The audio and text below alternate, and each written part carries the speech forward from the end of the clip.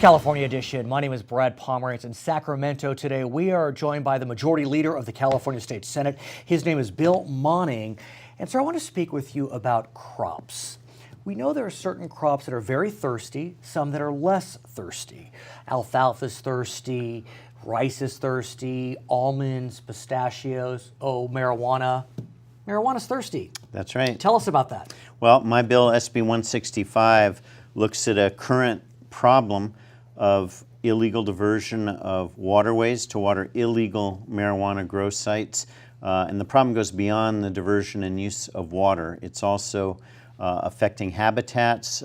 These illegal grows are leaving rodenticides, very toxic pesticides, trash, garbage, all that require remediation that is at a cost to us, the taxpayers. There's so many layers to this issue, sir. I don't even know where to begin, but let's try to peel the onion. So the first element is the diversion of water. That already is covered by law? It is, and we're building on that. What we're really doing is working with Fish and Wildlife to give Fish and Wildlife, the agency that has authority over these illegal grows, more tools in terms of their fining capacity and the elements of destruction, if you will, that will qualify for their imposition of fines. So the diversion of water existing, but we raise the fine levels. We now, in my bill, have a range from $8,000 to $40,000 per incident. Diversion of water, leaving trash, using pesticides, rodenticides, chemical impacts on land. And again, this can be public land or private land. And very often what we're finding, it's not the landowner who's engaged, it's trespassers who set up these operations, highly lucrative, highly profitable, and highly damaging. Does one need a permit to grow marijuana? Could one even apply for one if they wanted a permit? Well, it's a fair question. So in California, we're in a bit of a conflict with federal law. Right. In California, we have legalized the use of medical marijuana under certain conditions. Sure. And so there are some people that can point to legal cultivation of marijuana for that purpose. But the majority of marijuana production and sales is still illegal. It's illegal under federal law. It's illegal under California state law. And most of these grow sites we're talking about are for the cultivation for sale on the black market, the underground, the illegal sale. It's a controlled substance under federal law and California law. Let's move into the future and talk about November 2016. We know that in Washington and Colorado, voters passed legalization measures for marijuana. Alaska, D.C. also have moved forward. In November of 2016, you know as well as I, there's likely to be a measure on the ballot which would legalize marijuana completely. It failed, I think, in 2010, but most folks believe it would pass in 2016. What would happen to SB 165 under those circumstances? Well, it's a good question. And again, what we're providing are tools to Fish and Wildlife to go after illegal grows. These are people trespassing on somebody else's property or on public property, and they're diverting water, they're using toxic chemicals. That would still be illegal. Even if voters vote to legalize marijuana, they're not voting to legalize trespassing, ruining somebody else's property, ruining habitat. That is not something that would be legalized if voters legalize recreational use. But let's argue that you engage in this type of behavior on your own property. We know that those rodenticides can seep into the groundwater, and so... Well then, you raised an interesting question. Our bill can also be used against a private landowner who's engaged in this activity on their own land. And it becomes potentially a trespass, not of the illegal cultivators trespassing, but of the toxics trespassing to a neighbor's land and contaminating their groundwater, contaminating their crop. And could that neighbor be the public? That neighbor could be a public if it's public entity. land? That's right. It could be a state park, a national park, whatever. So again, the important line of demarcation here.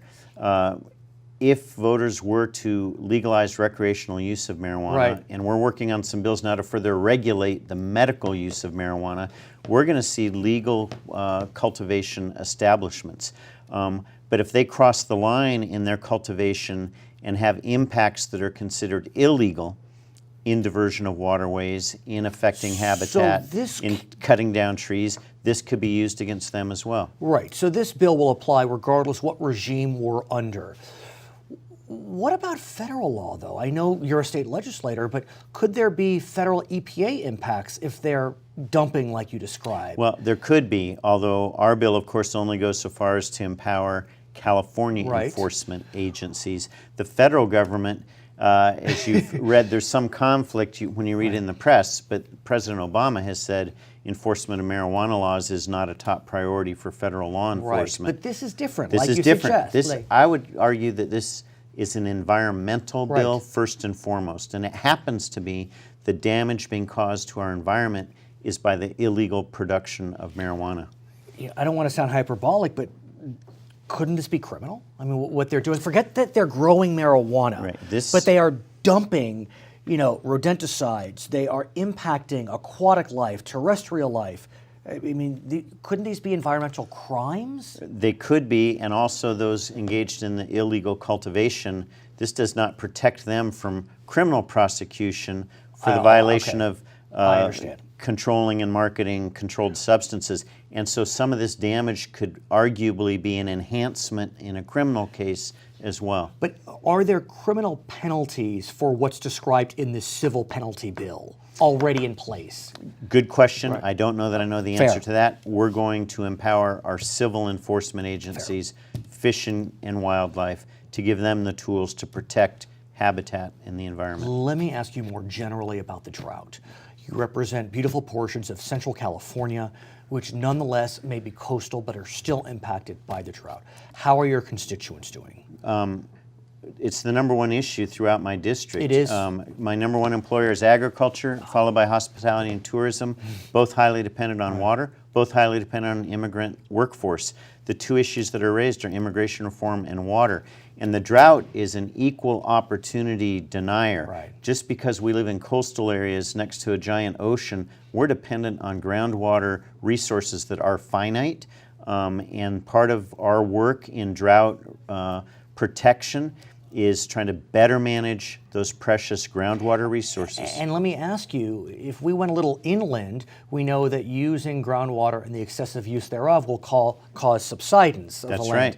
But where you are on the coast, there could be seawater intrusion, which I know is existing in Southern California. Are we seeing it in Central and We are. Moss Landing area in Monterey County, a history of seawater intrusion. In fact, one of the drought solutions is development of a desal plant that will actually not put a straw into the ocean, but it will use the saltwater intrusion and desalinate that for transport to the Monterey Peninsula. What about putting a straw in the ocean? Our friends in Carlsbad are putting a straw in the ocean. In Cambria, I think you represent Cambria, no? That's right. And so in Santa Barbara, that's a little below your district? There's not an absolute prohibition. It does require Coastal Commission oversight, as does the plant that I mentioned that's in development in Moss Landing Marina area of Monterey County.